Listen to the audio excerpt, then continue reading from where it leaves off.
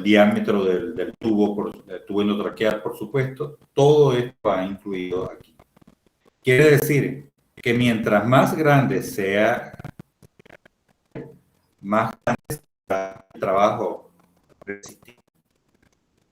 Del lado izquierdo, es decir, hacia la rama expiratoria o a la parte expiratoria de la curva, toda el área bajo la curva va a representar entonces el trabajo elástico. Quiere decir que mientras más inclinada hacia uno u otro lado, tendremos más o menos trabajo elástico. Entonces, este es el ejemplo. Veamos un paciente que tiene esta curva, representa la resistencia normal que ha venido manejando ese paciente. Por eso es muy importante ver la variación en el tiempo que van teniendo curvas si el equipo, el monitor, el ventilador nos permiten grabarlas, perfecto. Si no permiten grabarlas, es bueno tener, por lo menos, como dice, constancia de que tan pronunciada o no se encuentran nuestras curvas. Entonces, esto siendo la resistencia normal del paciente, y en la medida que aumenta la resistencia, vemos cómo se desplaza más hacia la derecha y por ende, entonces, aumenta el... Recuerden que el trabajo normal va de 0 a 0 joules por litro, y por lo general la fatiga o se asocia de mayores por litro. Y esta sería la expiratoria. Con el trabajo elástico vemos entonces la inclinación normal de nuestra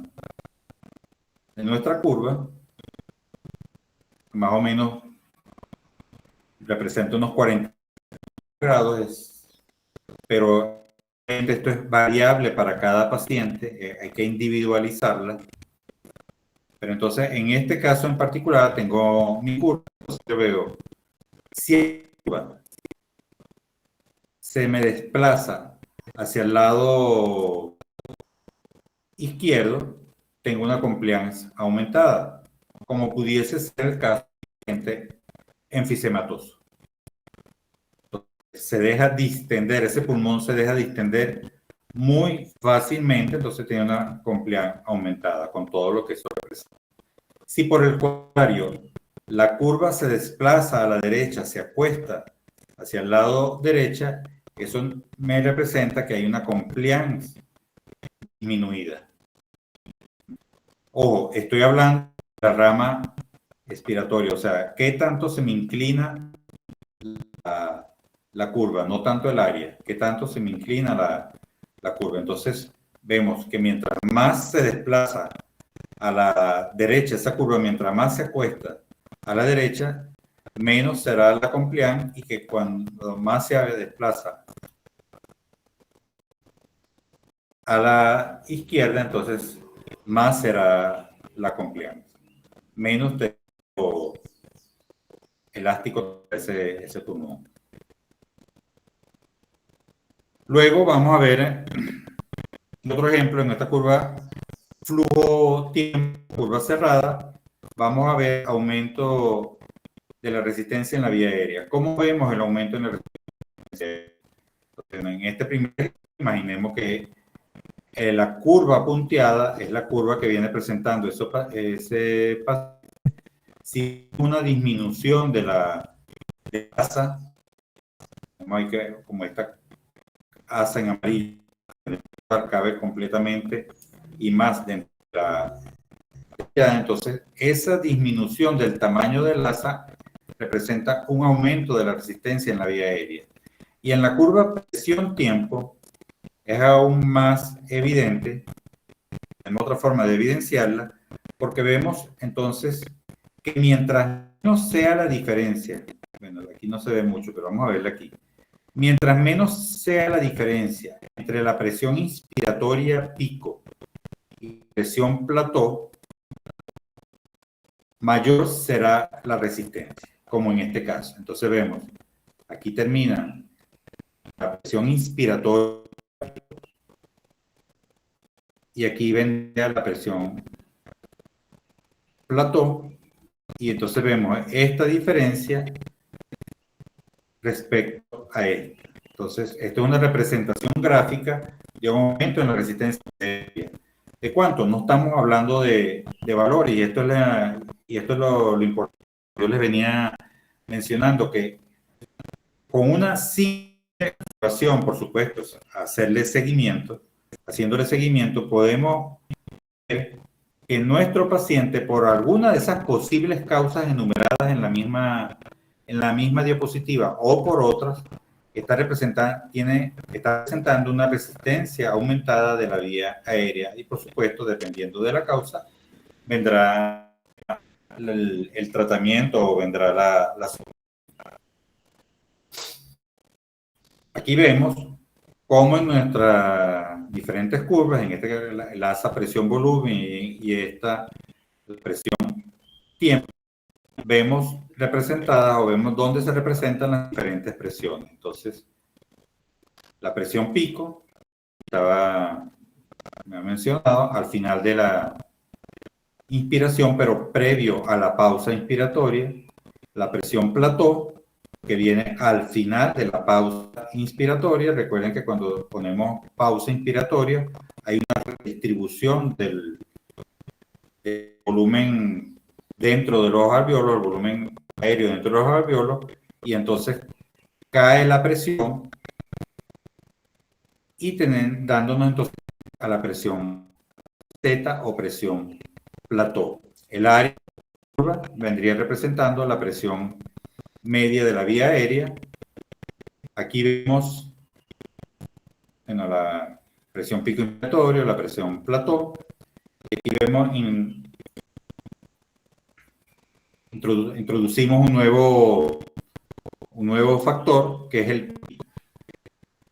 En la curva presión-volumen, entonces vemos cómo esta curva iniciando en cero. O sea que esta curva tiene un valor positivo, se está desplazando hacia las derechas en el eje de las X, y entonces quiere decir que no está comenzando de cero, por lo tanto tiene un valor positivo. ¿A qué se debe esto? Bueno, esto se debe a que le hemos colocado PIC, pero PIC extrínseco o PIC externo, que es el PIC que nosotros colocamos cuando en el botón o el control de presión de la positiva al final de la inspiración, colocamos ese valor. Vamos aprovechando el número, sea de 4 centímetros de alto, este número aquí. Entonces vemos que no se está iniciando en 0, sino que se está iniciando en 4. Podemos decir que nuestro paciente tiene un PIC de 4, fijado en el ventilador, es decir, un PIC extrínseco. Pero vemos otro punto en la misma curva, y ahora vemos un punto 5. Entonces, bueno, pero ¿qué viene siendo esto? Bueno, antes lo veremos con mucho más detalle. De entrada podemos ver que aquí hay un cambio de dirección. La curva de inspiración va en este sentido y luego tiene un cambio más o menos brusco de dirección. A este cambio más o menos brusco de dirección, punto donde se produce como punto de inflexión inferior. Recuerden el concepto de inflexión, que es sencillamente un cambio brusco en la dirección. Entonces, ese es un signo indirecto de PIC intrínseco o autopic o atrapamiento de aire, como le quieran decir.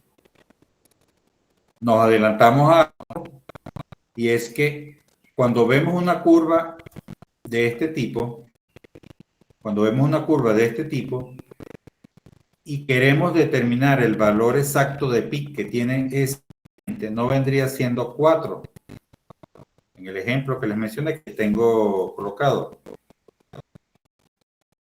sino vendría siendo la suma del PIC extrínseco o PIC externo más el valor de PIC intrínseco o autopic.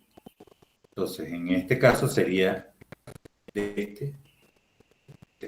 la sumatoria de ambos me va a dar el verdadero valor de PIC, y eso nos explicaría varias situaciones clínicas que se nos pueden presentar en este paciente, pero que veremos más adelante. Otra de la información que obtenemos con la sola observación de las curvas, por lo menos en las curvas flujo-tiempo, vemos el tipo de flujo que estamos utilizando. En este primer ejemplo, el flujo desacelerado inicia rápido y va desacelerando en la medida que se va cumpliendo la inspiración. El flujo acelerado, siendo el contrario del primero, y bajo, y va aumentando paulatinamente a medida que se desarrolla la inspiración. El flujo continuo, también conocido como flujo cuadrado, inicia de una manera y se mantiene así durante toda la inspiración, y el flujo sinusoidal, que muy pocos ventiladores lo incorporan, y que dice que es más fisiológico y que, aunque tiene las mismas características del flujo continuo. De todas maneras, en esta diapositiva vamos a ver algunas características de ese flujo.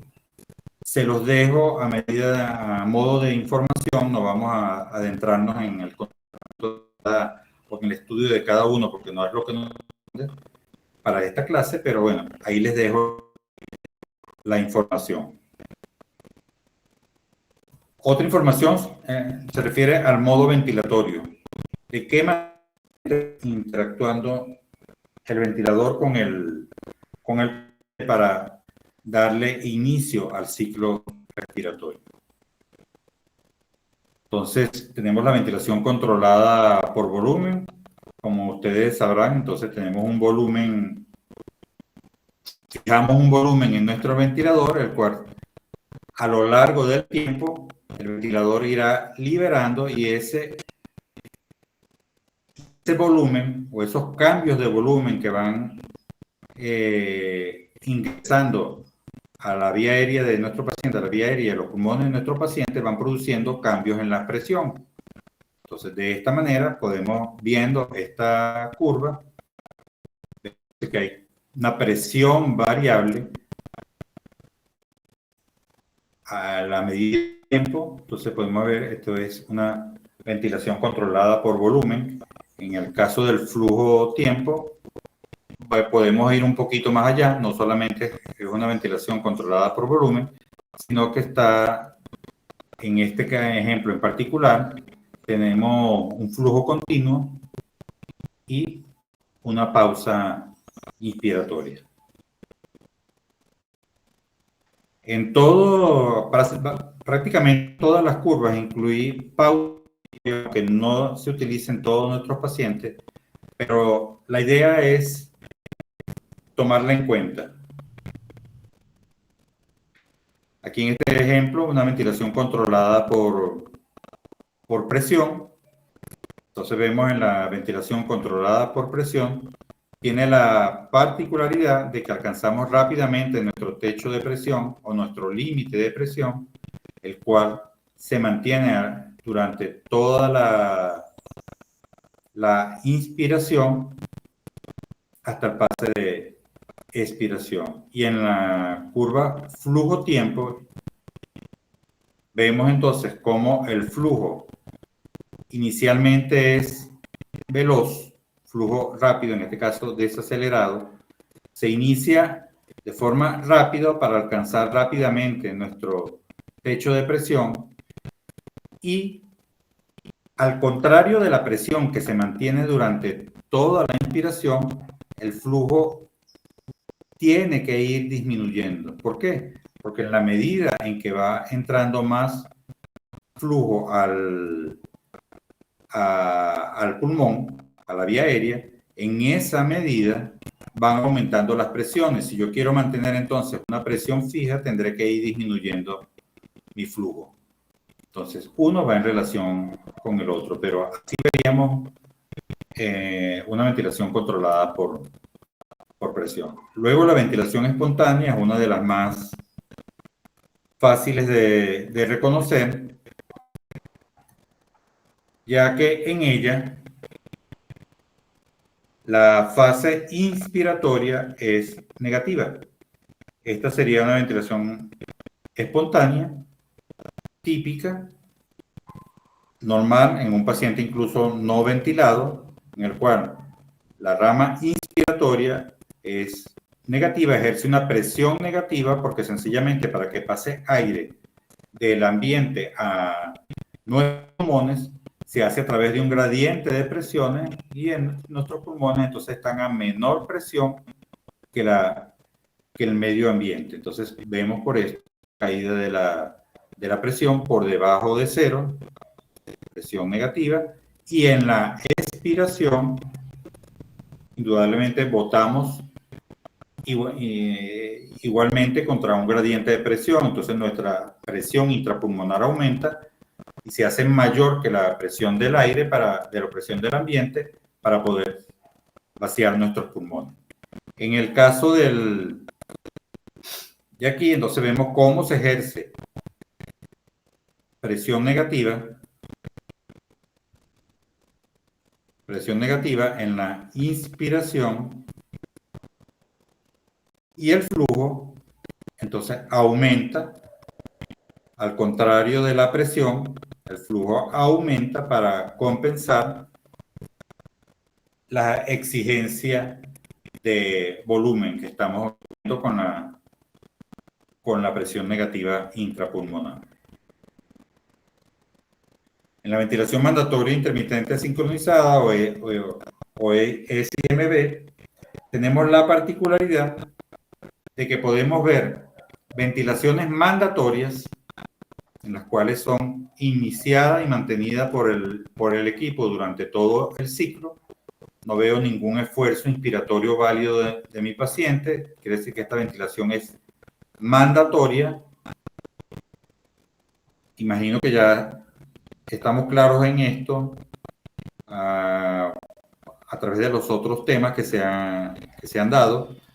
Pero si yo no veo que el punto de inicio de mi ciclo inspiratorio se vaya al lado negativo, entonces yo puedo decir que no hay un esfuerzo inspiratorio del paciente y que por lo tanto esta ventilación o ese ciclo que se va a producir es mandatorio, es decir, es iniciado, sostenido y finalizado única y exclusivamente por el equipo.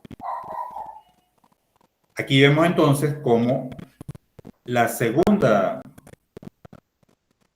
segundo ciclo que vemos es un ciclo espontáneo. Entonces vemos que están coincidiendo ventilaciones mandatorias con espontáneas. Igualmente aquí en la flujo-tiempo, recuerden lo que vimos, el flujo al contrario aquí de la presión, el flujo es negativo, la presión es negativa en inspiración y el flujo es positivo. La expiración es negativa en el flujo y positiva en la curva presión-tiempo. Pero entonces vemos lo mismo, ventilaciones mandatorias coexistiendo con ventilaciones espontáneas. En una volumen-presión podemos ver esto y lo que está representado en puntos vendría siendo la que tenemos previamente registrada. Entonces, coexistiendo dos tipos de ventilación espontánea con mandatorias en este caso.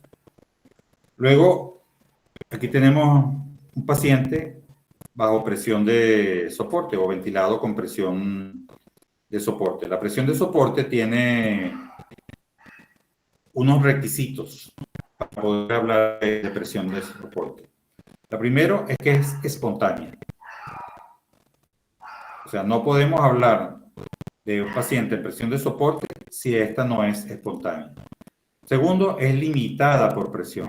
Es decir, alcanzamos un límite de presión, no sobrepasa ese límite de presión hasta ir en presión. Y luego es ciclada por flujo. Ya veremos mejor ejemplo de esto. Pero en principio, entonces aquí estamos introduciendo este nuevo elemento que es una curva o un esfuerzo inspiratorio en el lado negativo de la curva, indudablemente hecho por un esfuerzo inspiratorio del paciente. El paciente hace un esfuerzo inspiratorio, hace que la presión caiga por debajo de cero, o sea, presión negativa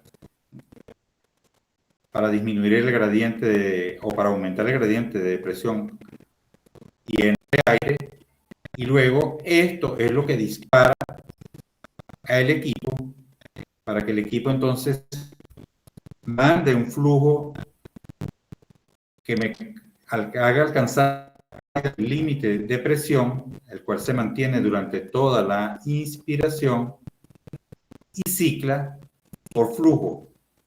¿Cómo es esto del ciclado por flujo? Bueno, y vemos entonces que esta curva está en espejo más o menos con esta, entonces representa el flujo, rápidamente alcanzo el límite de presión con este flujo y en la medida que va entrando el aire o la mezcla gaseosa a los pulmones, para mantener el límite de presión estable, voy disminuyendo el flujo.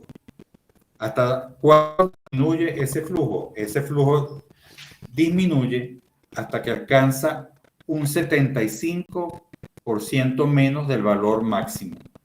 Es decir, digámoslo de esta manera, si parto de 0 y llego, por ejemplo, a 100, comienza a disminuir el flujo y una vez que alcance 25, paso a expiración. Es decir, de 100, 75, 50, 25. Es decir, perdí el 25%. Eso lo vamos a ver ahorita mejor en otra curva. Y la presión-volumen, entonces vemos cómo se inicia con un esfuerzo inspiratorio hacia el lado izquierdo de Y, lo cual entonces, por definición ya vimos que es un valor negativo, entonces hay un esfuerzo inspiratorio negativo que me da inicio a todo el ciclo. Entonces, a esto me refería cuando hablo ciclada por flujo. Esto representa el porcentaje del peak flow o el flujo pico máximo. Entonces vemos que de 0, en este caso, rápidamente a 100, mantengo, como dije, alcanzo y mantengo el límite de presión y luego en la medida que va transcurriendo la inspiración, disminuyendo el flujo, porque si el flujo no disminuyera, la presión no pudiese estar limitada.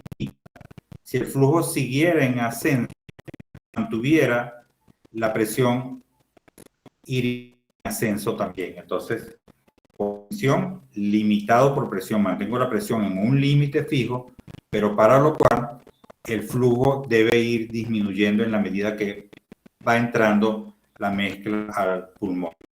Y cuando alcanza un 75% de diferencia, o sea, descendió en un 75%, cuando ese valor alcanza este valor, se produce el fin de la inspiración y entonces cuando pasamos a expiración. Por eso es que decimos que la presión de soporte es espontánea, es decir, la inicia el paciente limitada por presión, pero ciclada por flujo. Este es un ejemplo de ventilación positiva continua. ¿Qué se refiere que tenga presión positiva continua? Bueno, puede ser que tenga pic. Tenemos pic. Tengo pic, estoy viendo no de cero, estoy partiendo de un valor positivo. Entonces, para lo cual me desplazo hacia arriba de la Y, que me representa la presión. Entonces, ya aquí no estoy partiendo de cero, aquí estoy partiendo de un valor positivo. Imaginemos que tengo 5 de pic, entonces entre este y este hay 5 centímetros de agua. Y la curva voy a verla igual que todas las demás, pero con la diferencia, por lo menos en este caso la presión tiempo, que no voy a partir de la línea basal, no de cero, porque el valor no es cero, el valor es positivo. Y así lo voy a ver. Y veo entonces una línea, una curva que se inicia por del valor positivo, entonces es una presión positiva continua.